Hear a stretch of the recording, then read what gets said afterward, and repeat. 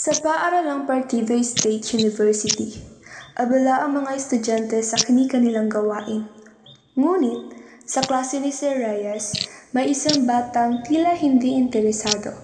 Isang modernong estudyanteng mas sanay sa cellphone kaysa sa chalk at libro. Good morning, class. Good morning, Sir Reyes.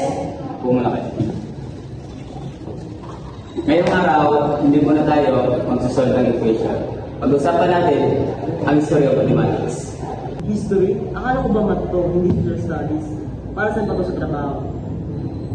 Ate mo, kahit anong subject absent ka sa interest. Tahimik! May tanong ako sa inyo. Sino sa inyo ang nakapala kung saan nagsimula ang paggamit ng numero? Mr. Cruz, sagutin mo nga. Saan nagsimula ang mathematics? Sa calculator po? Mr. Cruz, pag pumalat ka ng calculator, marunong nang magbilang ng tao. Ang mathematics ay nagsimula sa sinaunang katestan. Isa na rito, ang bibilan niya. Bibilan niya. Parang planetang galing sa sci-fi. Hindi planeta, Mr. Rico. Isa itong bibilasyong matatagpuan sa pagitan ng mga ilog, Tigrit at Europe, Mesopotamia. Doon unang ginamit ang clay tablets para sa pagtatala ng bilang at sukat. Clay tablet? Hindi ba yun yung parang iPad noong unang panahon? Hindi electronic, Mr. Cruz. Pero doon nagsimula ang konsepto ng basic system. Kaya hanggang ngayon, may 65 ang minuto at 15 ang oras. So galing pala sa kanila yun. Akala ko sa mga engineer. Ang mga bibila niya ang unang gumawa ng posisyon ng system. Wala pa silang zero noon. Pero marunong silang magbigay ng halaga sa bawat posisyon ng simbolo. Pero bakit kailangan ko pang aralin to kung calculator lang naman ang gamit namin ngayon? Minsan, hindi lang sapat na alam mo kung paano magbilang. Mas mahalaga, alam mo kung paano kalimutan magbilang. Okay, class, questions please. Okay, yes, naiwang ka muna.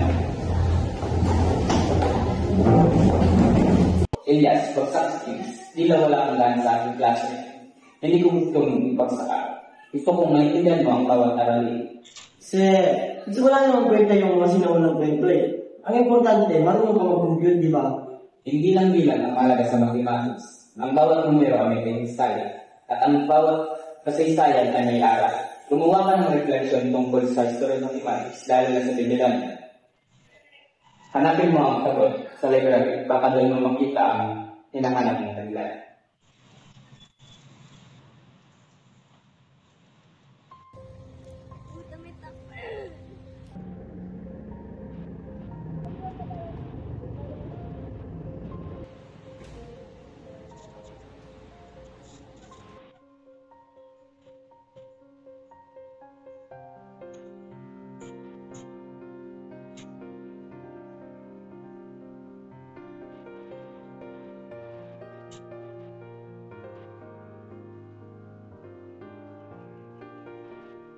Mukhang antique.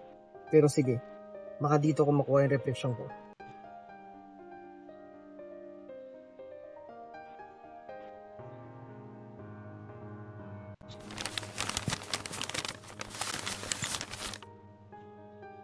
Puro triangle at kakaibang sulat. Paano kaya nila naiintindihan to?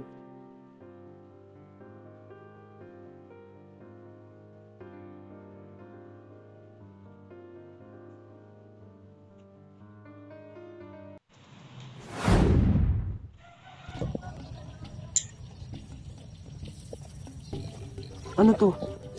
Hindi to library. Bakit parang maraming tao? Pero bakit parang ang kakaiba ng kanilang mga kasuotan?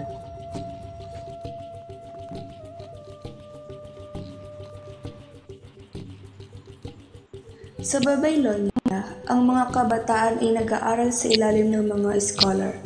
Doon nila natutunan kung paano gumamit ng numero at simbolo sa cuneiform script. Ang bawat guhit, bawat wedge ay may katumbas na halaga. Isang wikang tanging sila lamang ang nakakaintindi. Tingnan nyo ito. Ito ang ating mga pangunahing simbolo. 1, 10, at 60. Parang dinudugtong lang po, guro. Tama, pero tandaan ninyo, wala pa ring 0 noon. Kaya ang halaga ay nakabatay sa posisyon ng mga simbolo. Kailangan natin ng tansya, kaya kung isang marka ay nasa pwesto ng mga 1s, 10s o 60s. Ngayon, subukan natin, paano natin isusulat ang 13 plus 12? Sa 13 po ay nakasulat ito sa 1 10 at 3 1. Sa 12 naman ay 1 10 at 2 1. Kapag pinagsama ko po ito, ang aking makukuhang sagot ay 25. Nakasulat ito sa 2 10 at 5 1. Mga bata, tandaan ninyo, ang sipnayan ay hindi lang para sa mga numero. Ito ay sinusukat din sa lupa, oras, at mga bituin upang maunawaan natin ang galaw ng mundo.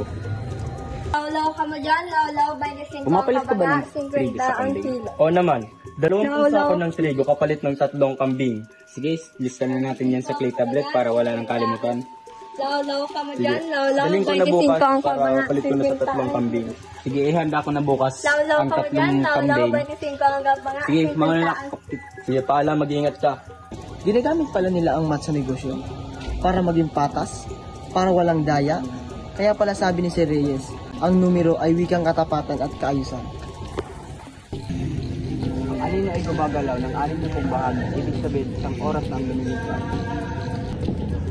Tignan mo kapatid, tuwing gumagalaw ang araw sa kalangitan, ang anino ng patpat ay unti-unting lumilipat sa bawat marka. Tinatin natin ang bilog ng 6 bahagi. Ayon sa Babylonian numeration system, base 60, dito natin nalalaman kung paano magsukat ng oras gamit ang araw. Kaya pala may kalendaryo, oras at pansukat ng panahon. Mathematics pala ang nagbibigay direksyon sa buhay ng mga tao. Matapos ang bawat pagbaha ng ilog Euphrates, ang mga Babylonian ay muling sumusukat ng kanilang mga lupain. Dito, ipinanganak ang geometry mula sa haba at lapad ng lupa. Natutunan nilang kalkulahin ang area upang muling hatiin ang sakahan. Kailangan na natin isukat ang lupa sapagkat bumaha na naman. Pwede pakikuha ng gamit nating tali at patpat upang masukat na natin.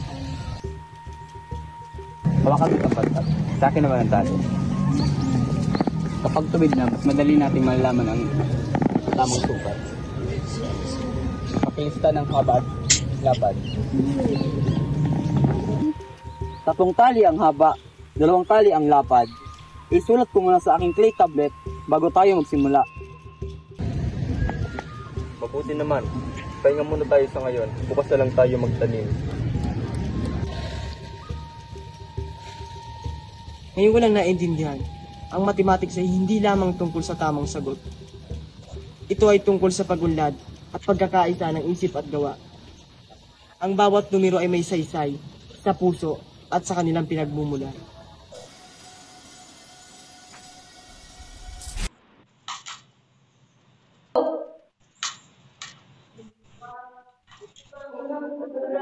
O Elias, andito ka na pala. Nagawa mo ba ang reflex nitong ba sa Mediterranean? Opo, sir. Pero medyo mahaba po, sir. Alam mo po sa inyo.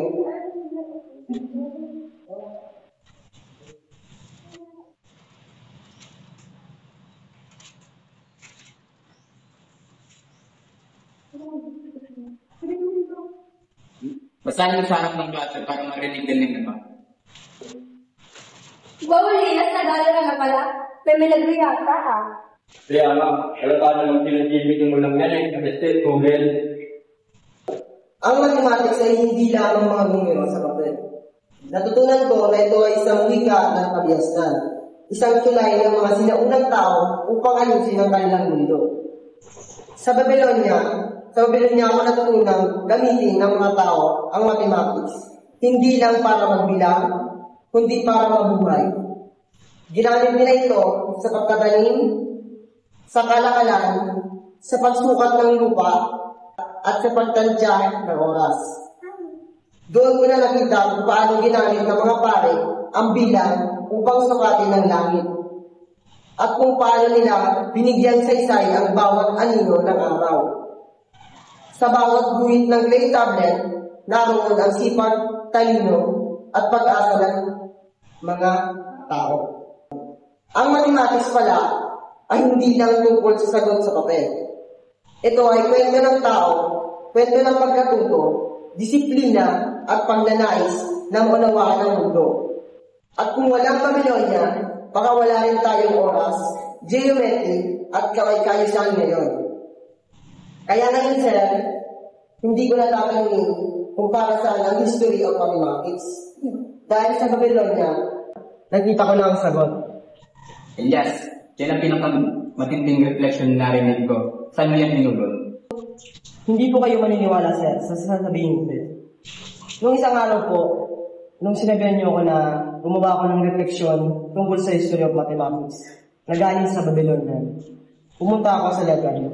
Naghanap tungkol sa history of mathematics na galing sa Babylonia. Nung nahanap ko po, tinignan ko, nahirapan ako sa mga nakita ko.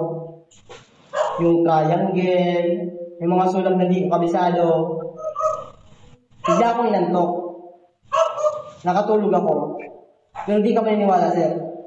Nung nagising ako, nasa Babylonia na ako. At doon, marami ako natutunan. Marami ako nakita. Maraming pangyayari hindi ko inaasahan na doon ko lang pala makita.